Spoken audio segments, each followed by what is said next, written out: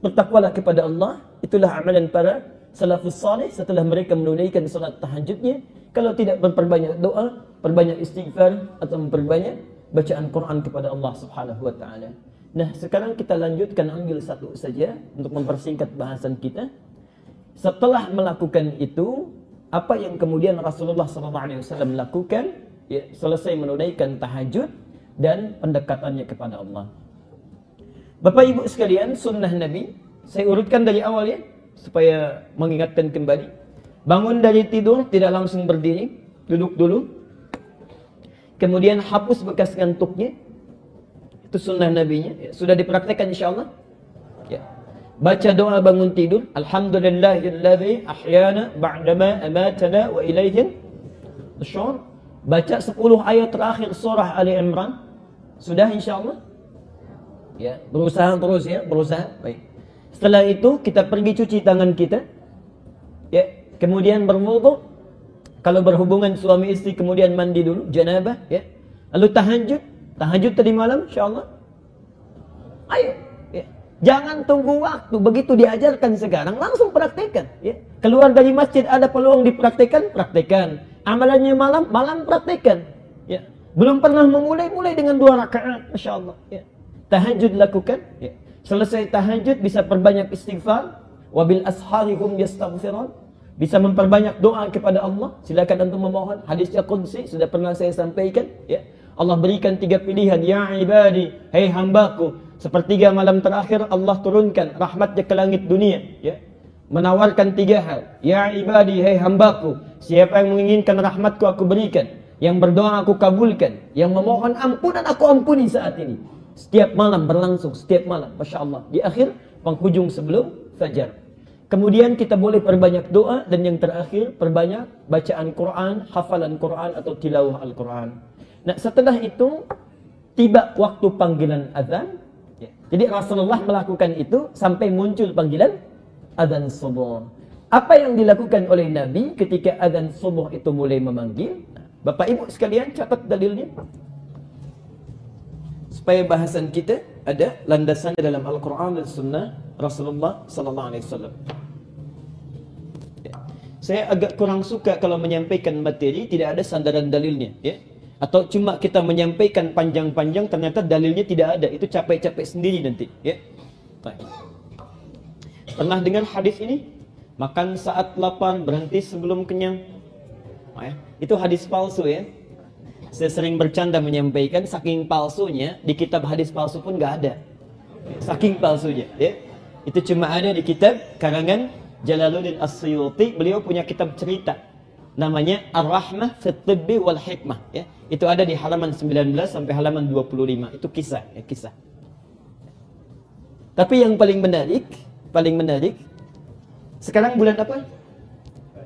Rajab ya, Rajab. Paling menarik itu hadis tentang Rajab ya. Hadis tentang bulan Rajab. Antum jangan keliru, saya sering katakan hadis tentang puasa khusus ya, ingat, mengkhususkan puasa di bulan Rajab itu yang dhaif itu cuma 2 hadisnya. Cuma 2 ya. Dan dua-duanya ini tercantum di dalam Musnad Ahmad ya, dari Abdullah bin Abbas nomor 259 ya. 259. Sisanya palsu semua. Ya. Cuma 2 yang dhaif, sisanya palsu, mengkhususkan puasa di bulan Rajab, mengkhususkan ya. Dan ada 1 hadis palsu yang adanya cuma di Indonesia.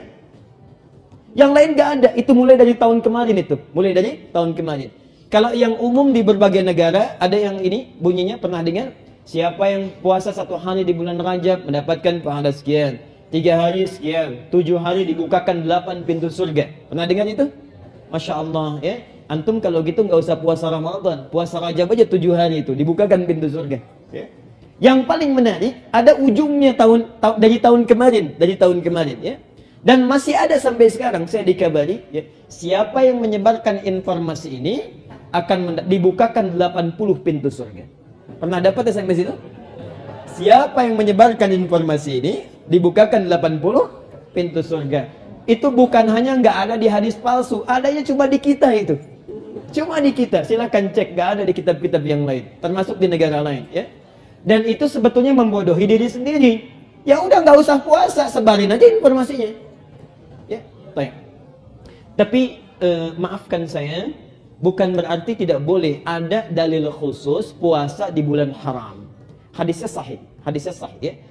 Puasa yang paling dicintai Rasulullah setelah bulan Ramadan itu adalah puasa di bulan-bulan al-haram.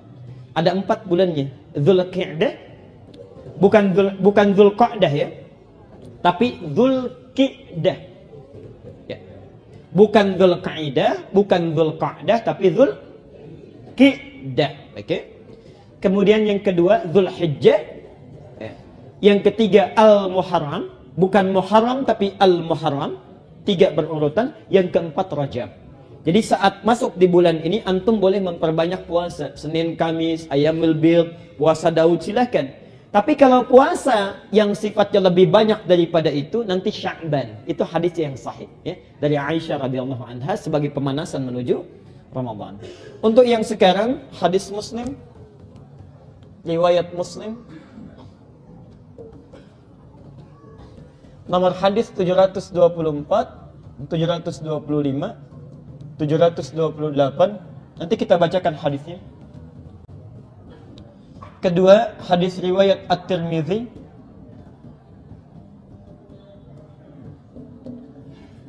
nomor hadis 418.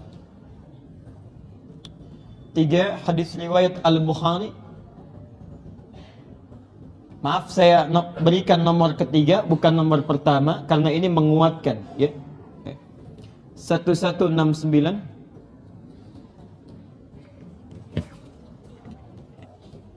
Teruskan dulu.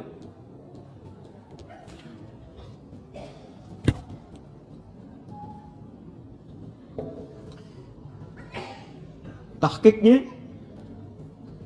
di An-Nasa'i, Sahih An-Nasa'i, yang tahqiq Syekh Muhammad Nasruddin Al-Albani, 1133. Silsilah hadis as-sahihah ya. Kitabnya kalau antum tanyakan, Ustaz ada kitab yang lebih mudah tidak ya? Silsilah hadis as-sahihah yang tulis Syekh Muhammad Nasruddin Al-Albani, sudah diterjemahkan ke bahasa Indonesia ya, yang di pustaka Imam Asy-Syafi'i itu. Hadis sahihah, nomor hadis 1508, nomor pembahasan 1508.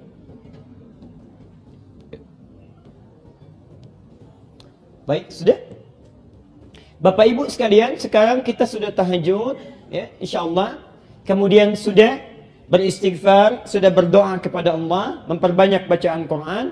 Tiba kemudian azan subuh berkumandang. Apa yang dilakukan oleh Rasulullah? Nah, Masya Allah, Ibu dan Bapak sekalian, Rasulullah SAW saat azan subuh sudah memanggil, beliau menjawab panggilan azan itu, tapi masih berada di rumahnya, menunggu azan selesai. Ya. Jadi belum ke masjid, ya. Beliau berada di rumahnya, kemudian menunggu azan selesai, lantas menunaikan 2 rakaat fajar, ya, 2 rakaat sebelum salat subuh.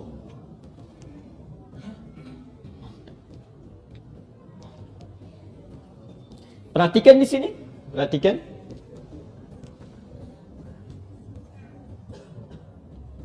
Bapak Ibu sekalian, ada sekitar 12 rakaat yang utama.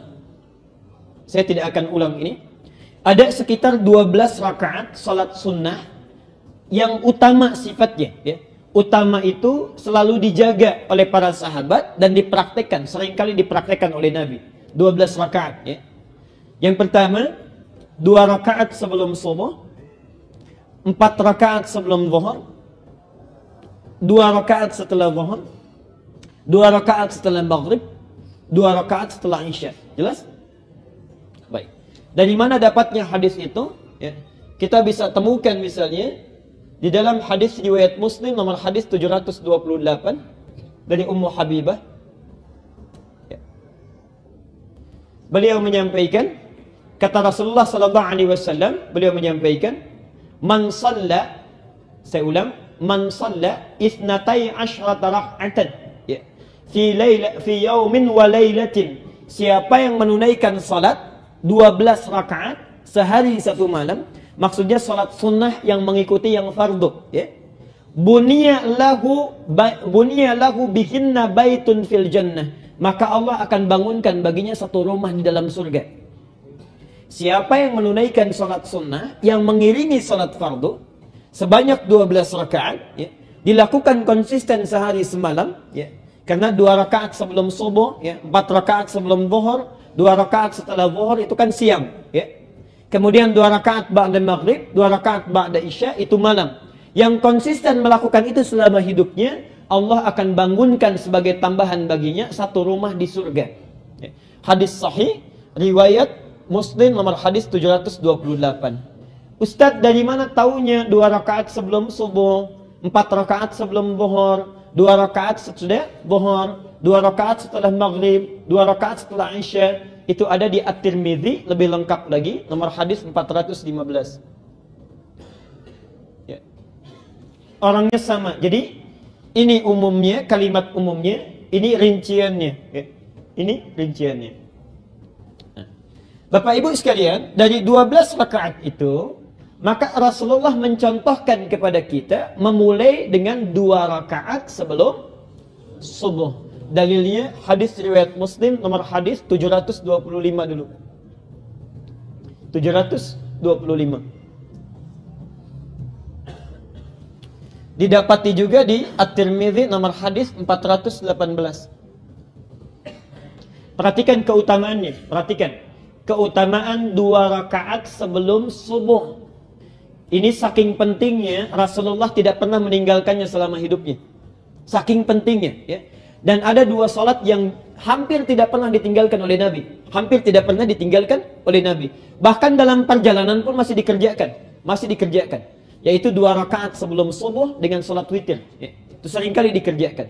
Perhatikan, kata Rasulullah, raka'atal fajri, 2 rakaat salat yang ditunaikan sebelum subuh itu khairum minad dunya wa ma fiha.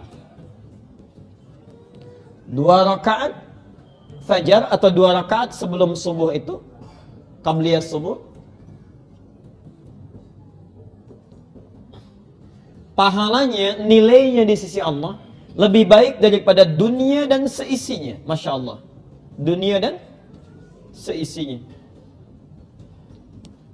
Perhatikan sini. Ini semua ada dunia dan isi-isinya. Ya. Kalau kita miliki itu nggak ada nilai apa-apanya dibandingkan menunaikan 2 rakaat sebelum subuh. Jadi kalau antum menunaikan 2 rakaat sebelum subuh, itu nilainya di sisi Allah lebih dibandingkan daripada dunia dan seisinya. Nggak ada nilainya. Ya. Walaupun di dunia ini ada tambahan lagi orang kaya, tambah lagi orang kaya, kumpul lagi. Itu nggak ada nilainya dibandingkan 2 rakaat sebelum subuh. Nah, sekarang ayo saya mau tanyakan sebentar. Maafkan saya. Kalau nanti Al-Ihsan bikin pengumuman, nggak usah tunggu bulan depannya. Mana DKM-nya ini? Ada DKM-nya? Pak Iman, Ustaz Iman tolong bikin pengumuman setelah ini, yang sholat subuh di Masjid Al-Ihsan besok masing-masing dapat amplop 500.000. Baik ya? Masing-masing dapat amplop berapa? 500.000. Siap Ustaz? Cuma diumumkan saja kan? Cuma diumumkan. Bukan? Lihat sini ya. Lihat. Azan subuh jam 4:36. Datang jam berapa ke sini? Dan maaf, terbatas cuma 100 orang pertama. Datang jam berapa? Masya Allah. Jam 2. Tadi jawaban jam 2. Antri. Perhatikan. Kata Ali bin Abi Thalib, ajaban linnas, sungguh aneh manusia ini katanya. Sungguh aneh manusia ini. Sudah tahu akan meninggal, tapi nggak pernah serius menyiapkan bekal untuk meninggalnya. Ya. Itu Ali dulu, sekarang lebih aneh lagi. Masya Allah, lebih aneh lagi. Dikasih uang 500.000, azan jam 4:36, bangun dari jam 2. Cuma 500.000, Allah tawarkan dunia dan seisinya. Dipanggil 4:36, baru bangun jam 6:34. Ini kan aneh ya, aneh sebetulnya. Allah tiap hari tawarkan, lebih baik daripada dunia dan seisinya, kumpulkan pahala, kumpulkan pahala. 500.000, Masya Allah. Dari jam 2 kita siap-siap. Tiap hari ditawarkan, subuh terlambat terus. Berubahnya mau kapan? Kurang apa lagi mau dimotivasi? Masya Allah. Ini bagian yang pertama. Nah, Bapak Ibu sekalian, saking pentingnya ini, jadi di hadis itu setidaknya ada 3 kalimat, lebih baik daripada dunia dan seisinya. Misal di Al-Bukhari, nomor hadis 2639. Al-Bukhari, nomor hadis 2639.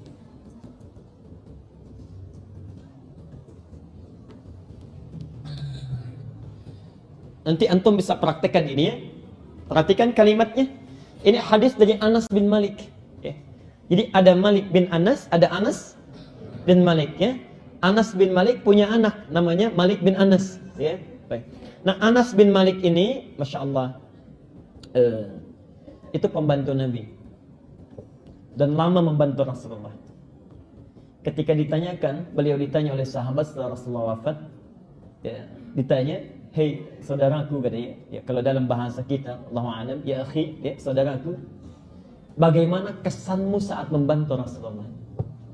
Perhatikan kata Anas bin Malik, tidak pernah saya dapati Rasulullah saat saya bantu kecuali mendengar satu kalimat dari lisan beliau. Satu kalimat saja. Perhatikan kalimatnya, kata Nabi, apa yang bisa saya bantu? Mada akhdubuk. Selama saya bantu Nabi, saya nggak pernah dengar kalimat dari Nabi kecuali satu. Kata Anas ini, apa yang bisa saya bantu? Masya Allah. Ini paling luar biasa. Anas itu jadi pembantu Nabi, bukan sekadar ingin jadi pembantu. Ya, Masya Allah. Beliau itu ingin mengabdikan hidupnya supaya lihat bagaimana kehidupan sunnah langsung dari sumbernya. Ya. Jadi seorang tuan kan wajar minta dibuatkan kopi, cucikan piring dan sebagainya misal ya. Ini tidak pernah mengalir dari lisan Nabi, saking mulianya manusia ini. Hanya mengatakan apa yang bisa saya bantu katanya. Masya Allah. Karena Nabi itu makan, Masya Allah, tempatnya dicuci sendiri. Kalau kita piringnya cuci sendiri, ya. Ada sendalnya copot, kemudian beliau sambungkan sendiri. Bajunya robek, kemudian dijahit sendiri. Ya. Orang yang dijamin masuk surga, bebas dari kesalahan. Hisabnya tidak ada hisab bagi beliau. Langsung surganya nunggu nama Muhammad. Tidak akan dibuka itu pintu surga kecuali Muhammad masuk duluan. Ya. Man ant, kata penghuni, kata penjaga surga. Muhammad, kata Rasulullah. Kata penghuni, kata penjaga surga ini, aku diperintahkan untuk tidak membuka pintu surga kecuali engkau masuk duluan. Dan Muhammad ini tidak akan pernah masuk surga kecuali menunggu umatnya semuanya masuk. Tidak masuk surga kecuali menunggu umatnya kumpul. Ditunggu itu, kita ditunggu oleh Rasulullah. Sampai semua terkumpul baru dibimbing oleh beliau masuk surga. Muhammad sallallahu alaihi wasallam. Masya Allah. Kita yang selalu ingin bersama beliau, yang selalu mengatakan sunnahnya dan sebagainya, kita ikuti, kita praktekkan. Sudahkah? Masya Allah. Sudahkah kita memulai dalam hidup? Kadang-kadang kita nuntutnya banyak. Ya. Makan, berikan pada orang lain. Ya, masih disisakan juga, masih dibuang juga. Piringnya dibebankan pada orang lain. Copot berikan pada orang lain. Macam-macam, Masya Allah. Dalam hidup kita selalu mengatakan, saya ikut sunnah Nabi, ikut sunnah Nabi, ikut sunnah Nabi. Apa yang sudah kita banggakan di hadapan Rasulullah? Masya Allah. Karena itu bertakwalah kepada Allah. Hadirin sekalian, Bapak Ibu sekalian. Itulah Muhammad. Kata Anas bin Malik, saya tidak pernah dengar sesuatu pun dari lisan Nabi kecuali apa yang bisa saya bantu. Muhammad sallallahu alaihi wasallam. Masya Allah. Ya. Karena itu kata Jibril alaihissalam, kata Jibril, hadis sahih dalam Mustadrak Al-Hakim, ya, disebutkan Nabi sallallahu alaihi wasallam satu kali akan naik ke mimbar, lalu turun Jibril. Kata Jibril, bu'dan, terlalu, ya, sungguh jauh dari rahmat Allah dan terlalu orang ini. Man dzukirta indahu liman dzukirta indahu falam yusalli alaihi. Orang yang disebutkan namamu Muhammad di sampingnya enggak mau salawat kepadamu, itu orang keterlaluan. Masya Allah, itu orang keterlaluan katanya. Saking sayangnya Jibril kepada Muhammad sallallahu alaihi wasallam, itu yang dipikirkan itu cuma kita, Bu, Pak, ya. Cuma kita, Masya Allah. Ya. Saya berikan misalnya 2 sampai 3 riwayat, Masya Allah. Satu kali beliau sallallahu alaihi wasallam dalam hidupnya itu sedang kumpul dengan sahabatnya, ya. Lalu kata beliau, ashtaqu bi ikhwani. Saya itu kok rindu sekali dengan saudara-saudara saya. Rindu dengan saudara-saudara saya. Sahabatnya menjawab, "Ya Rasulullah, alasna ikhwanik?" Rasulullah, bukankah kami ini saudara-saudaramu? Kata Nabi, "Lastum ikhwani, bal antum ashabi." Kalian ini bukan saudara saya, kalian ini sahabat-sahabat saya. Perhatikan, ikhwani humul ladzina lam yarawni walakinnahum amanu bi. Saudara saya itu orang yang gak pernah lihat saya, tapi selalu beriman kepada saya. Orang yang tidak pernah lihat saya, percaya dengan saya. Kalau antum percaya pada orang yang kelihatan, itu wajar. Tapi percaya pada yang tidak tampak, masih yakin juga, itu yang tidak wajar. Kata Nabi, saya merindukan saudara-saudara saya ini. Antum tuh dirindukan oleh Nabi. Masa kita tidak ada kerinduan untuk bertemu dengan Rasulullah? Setidaknya tunggangi sunnahnya, insyaAllah. Bahkan demi Allah saya katakan di akhir hayatnya, hadis-hadis riwayatnya sahih. Ketika beliau akan meninggal dunia, Fudail membawakan air untuk beliau wudhu. Masya Allah, Fudail itu anak pertama daripada Abbas. Abbas punya dua anak, yang paling populer laki-laki. Satu namanya Fudail, yang kedua namanya Abdullah. Abdullah hidup di bawah naungan Rasulullah sampai beliau jadi penghafal Quran, penafsir Quran. Fudail kakaknya, saat Rasulullah akan wafat, beliau yang membawakan air wudhunya. Dalam pangkuan Aisyah radhiyallahu anha, sampingnya ada Ali, sampingnya ada Fatimah. Yang dipanggil bukan Aisyah, bukan Ali, bukan Fatimah. Ummati, ummati, ummati. Mau meninggal pun masih antum yang disebut itu. InsyaAllah. Jadi kata Jibril alaihissalam, bu'dan, keterlaluan itu orang, liman dzukirta indahu falam yusalli alaih. Disebutkan namamu, salawat saja dia tidak berkenan. Jadi tidak mampu kita membalas jasanya Rasulullah SAW. Setidaknya, kalau anda tidak bisa balas itu, salawatlah kepada beliau. Dan dalam salawat pun masih diberikan pahala juga. Man shalla alayya salatan wahidah sallallahu alaihi ashra. Masya Allah. Siapa yang salawat satu kali saja, aku tidak butuh itu. Cuma dengan salawat itu Allah akan memberikan 10 kali lipat kebaikan kepada orang itu. Di Bapak Ibu sekalian, itulah Muhammad sallallahu alaihi wasallam. Nah, kata Anas bin Malik, la ghadwatun fi sabilillah. Aktivitas baik yang dilakukan karena Allah dari pagi sampai dengan maghrib, aw rauhatun, atau aktivitasnya dari siang sampai maghrib, tapi semua karena Allah. Misal, makannya karena Allah, minumnya karena Allah, kerjanya karena Allah. Mau makan bismillah, mau minum bismillah, mau kerja bismillah. Perhatikan, khairum minad dunya wa ma fiha. Itu lebih baik daripada punya seluruh isi dunia ini. Kalimat ujungnya sama. Jadi antum misalnya mulai besok bangun tidur, atau sekarang masih ada kesempatannya. Kalau dari pagi disebut godwah, godwah sampai dengan maghrib. Kalau dari siang sampai dengan maghrib disebut rauhah. Kalau semua aktivitas kita diniatkan karena Allah, makannya bismillah karena Allah, minumnya bismillah karena Allah, kerjanya karena Allah, rawat anak karena Allah. Itu kata Anas bin Malik, sabda Rasulullah, khairum minad dunya wa ma fiha. Apa balasan bagi orang ini?